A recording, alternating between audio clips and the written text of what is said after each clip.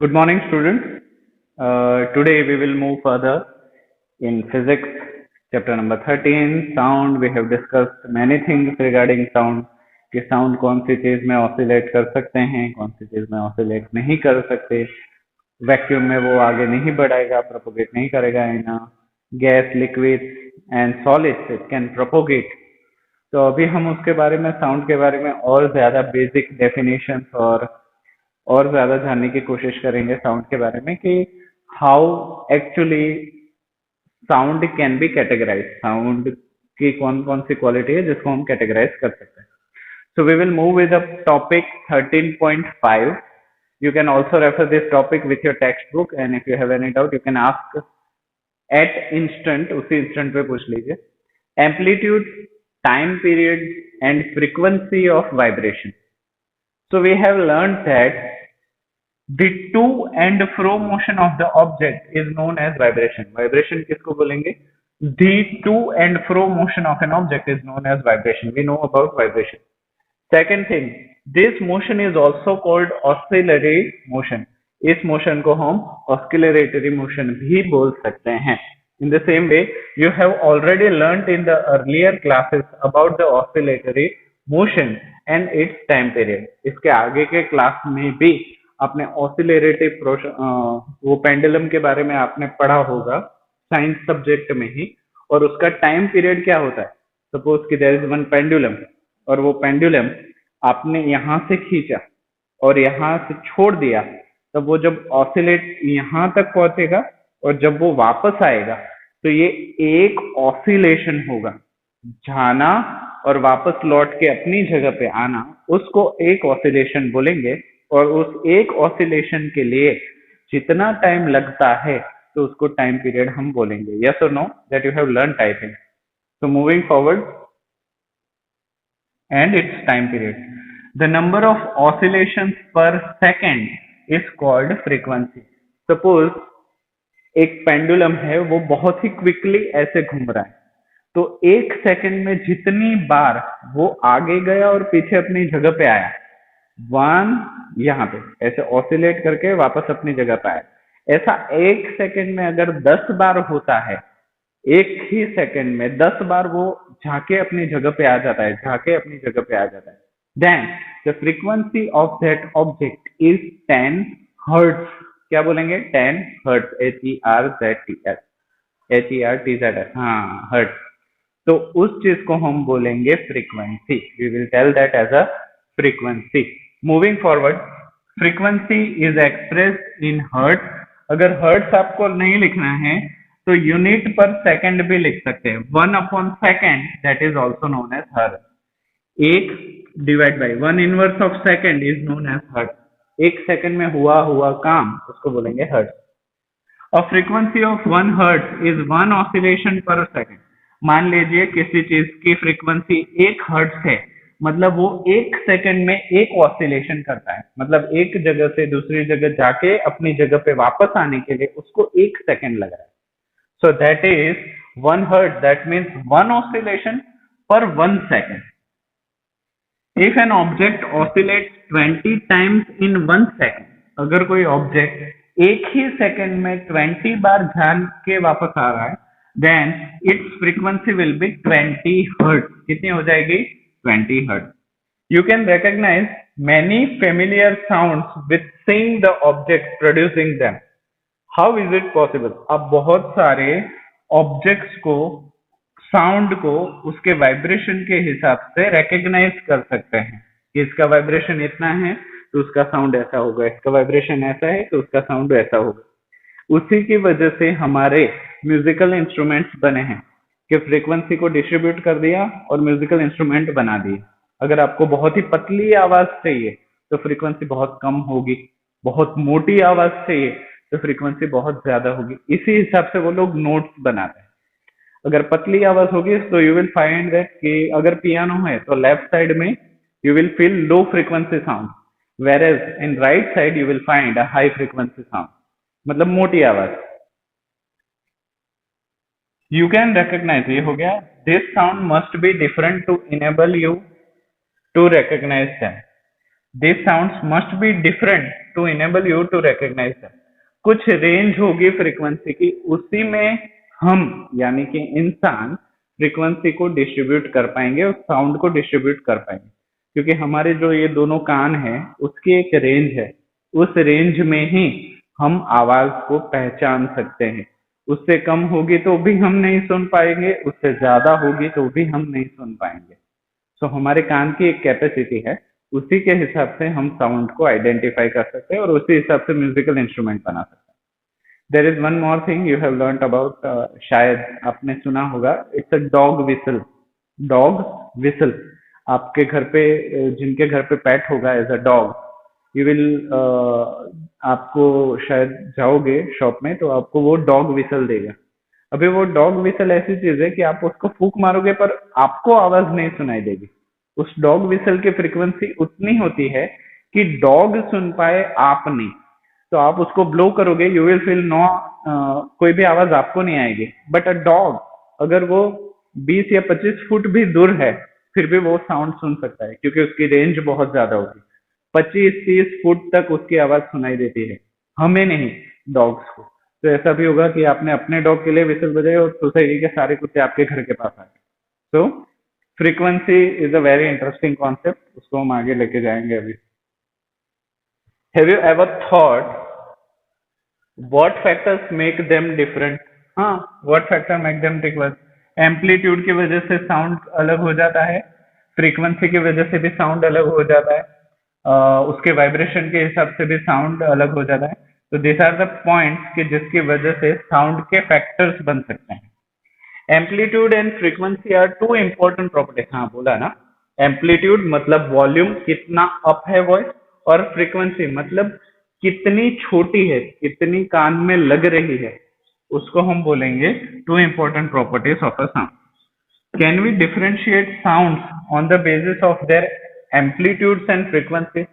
क्या हम एम्पलीट्यूड और फ्रीक्वेंसी के हिसाब से साउंड को डिफरेंशिएट कर सकते हैं? लेट अस सी।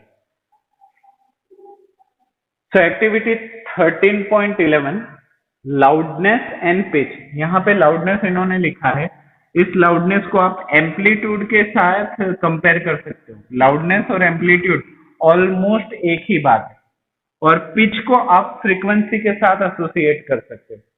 तो लाउडनेस और पिच को दूसरी तरीके से एम्पलीट्यूड और फ्रीक्वेंसी भी बोल सकते हैं, देयर इज नो इश्यू। सो 13.11, यहाँ पे एक ग्लास दिया हुआ है मेटल का। अभी आपके घर पे भी ऐसा एक मेटल का ग्लास होगा। आपको क्या करना है, एक पतली सी रस्सी के कोने पे आपको थर्मोकोल बांध देना है, और उसके बाद इस ग्लास को आपको एडिशनल चमचे से मारना है।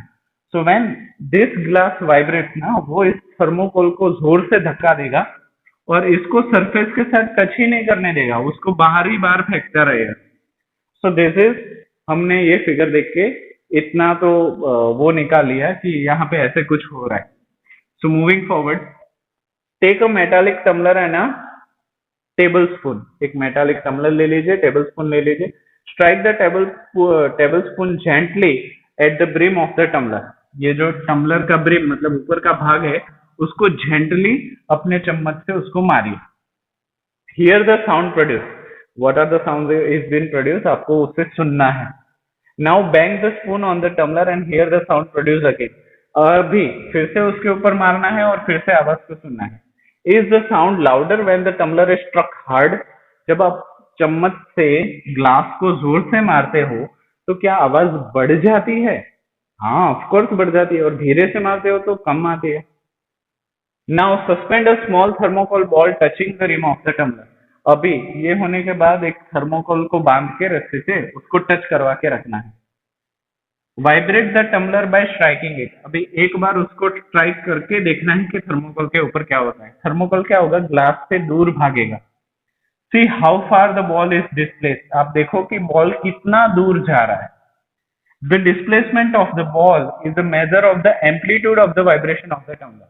ये बॉल हर बार चम्मच मारने से जितना दूर जा रहा है, वो दूरी को हम एम्पलीट्यूड बोलेंगे। क्या बोलेंगे? एम्पलीट्यूड। यहाँ पे एम्पलीट्यूड की डेफिनेशन समझने के लिए थोड़ी थोड़ी इजी हो रही है, यस और नो? आगे बढ़ते हैं। Now strike the tumbler gently and then little harder. What you have to do? Initially you have to gently bang the spoon on the surface rim of the glass. Then a thermocol piece, a thermocol ball will move at some distance, थोड़ी ही distance पे वो आगे बढ़ेगा. But when you are hitting a spoon harder on the rim of the glass, वो thermocol का distance बढ़ जाएगा. So can we say जितना ज्यादा vibration उतना ज्यादा amplitude, vibration increases, amplitude increases. तो amplitude vibration के ऊपर depend करता है. Yes, of course, very good. Now compare the amplitude of the vibrations of the tumbler in two cases. हमको पता है दोनों cases में जिसमें धीरे से मार रहे हैं we are getting a less amplitude. In the other case when we are hitting it harder we are getting a greater amplitude. In which case the amplitude is larger? Of course, in the second one, when we are hitting a spoon hardly over the rim of the glass, at that time amplitude of it will be larger. Why? क्योंकि vibration ज्यादा है. Moving forward, loudness of a sound is proportional to the square of the amplitude of the vibration producing the sound. ये बहुत ही important definition है. Loudness of the sound is proportional. Loudness जो है वो proportional है. किस चीज के? Amplitude जो मिल रहा है उसके square के proportional है. मतलब amplitude मान लीजिए कि 2 है. If amplitude is 2 centimeter, तो यहाँ पे 2 square क्या हो गया? 4 हो गया. तो loudness कितनी हो जाएगी? 4 हो जाएगी. If amplitude is 3 centimeter, if amplitude is 3 centimeter, so 3 square is 9, then loudness will be 9. If amplitude is 4, then loudness will be 16. If amplitude is 5, loudness will be 25. तो ये ना बहुत ही एक्सपोनेंशियल इंक्रीज है, बहुत ही तेजी से बढ़ रहा है. जैसे कोरोना केसेस अभी तेजी से बढ़ रहा है ना, वैसे ही एम्पलीट्यूड जितना ज्यादा होगा लाउडनेस उतने ही स्क्वायर के प्रोपोर्शन में ज्यादा जाएगा. For example the amplitude become twice the loudness increase by factor of 4. अगर एम्पलीट्यूड 2 के फैक्टर में बढ़ रहा है तो लाउडनेस 4 के फैक्टर में बढ़ेगा. Same way what I have explain to you just now, the same thing is that.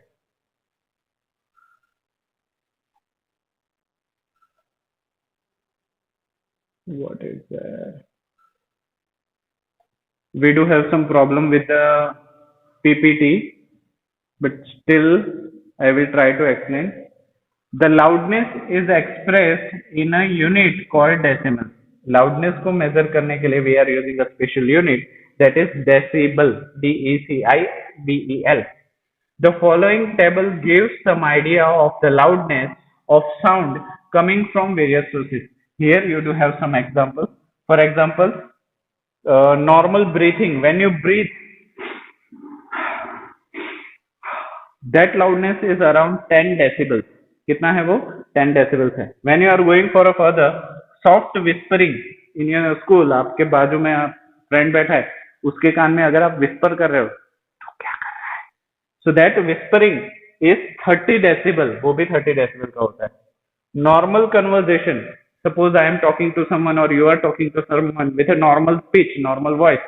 तो उसका loudness होता है 60 decibels. So generally we are surrounded by 60 decibels, 60 decibels. Teacher around 70 to 80 decibels में बात करते हैं during a class. अभी video में we are also talking 60 decibels. Thanks to you कि आप वीडियो में बातें नहीं कर सकते. Busy traffic. If traffic is there is around 70 decibel to 80 decibel loudness is there.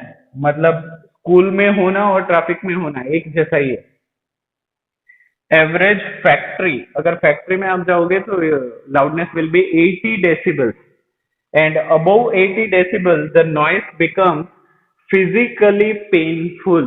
ये जो आप डीजे वगैरह सुनते हो ना या ईयरफोन लगा के लाउड म्यूजिक सुनते हो तो आपके मोबाइल में एक वार्निंग भी आती है कि हियरिंग लाउड वॉइस में cause injury to your ear. But हम क्या करते हैं उसको अवॉइड करके, तो ये जो है उससे बायोलॉजिकली बहुत सारे प्रॉब्लम होते हैं 80 डेसिबल से ज्यादा। अगर आप किसी की शादी में डीजे में 2-3 घंटे आप स्पेंड करते हो तो उससे आपकी फर्टिलिटी रेट पे भी फर्क पड़ता है, प्लस आपकी फिजियोलॉजी, आपके बॉडी पे भी फर्क पड़ता है और आपके मूड पे भी फर्क पड़ता है। तो noise is not good for mental health. Mental health के लिए नॉइस जरा भी अच्छा नहीं है। So try to avoid this. Or moving for a next slide. The loudness of sound depends on its amplitude. As much amplitude is there, that much sound will be there. When the amplitude of vibration is large, the sound produced is loud. When the amplitude is small, the sound produced is feeble. Compare sound of a body with that of an adult. Sorry. Compare the sound of a baby with that of an adult. Is there any difference? Of course, there is a difference. Even if two sounds are equally loud, बच्चे भी 60 decibel में बात करते हैं, हम भी 60 decibels में बात करते हैं, फिर भी दोनों के साउंड में डिफरेंट होता है। क्यों? Let us see how. कैसे? I wonder why my voice is different from that my teacher. Teacher भी 60 डेसिबल्स में बात करते हैं लाउडनेस में, और बच्चे भी 60-70 डेसिबल्स में बात करते हैं, फिर भी दोनों की आवाज अलग अलग क्यों होती है कान में सुनने के लिए? We will see. So from this point we will continue in next online session. Till then आपको भी वक्त मिल जाएगा सोचने के लिए साउंड के बारे में। यहाँ ये ढोल है ना, वहां से हम बाकी रखते हैं। So whatever is left we will continue in the next online session. Till then revise well, continue your video lecture, continuously उसको रिवाइज करते रहिए। If doubt is been arise you can ask as quickly as possible, तो आपको भी याद रहे and I can solve it as soon as possible. Till then thank you so much and revise well.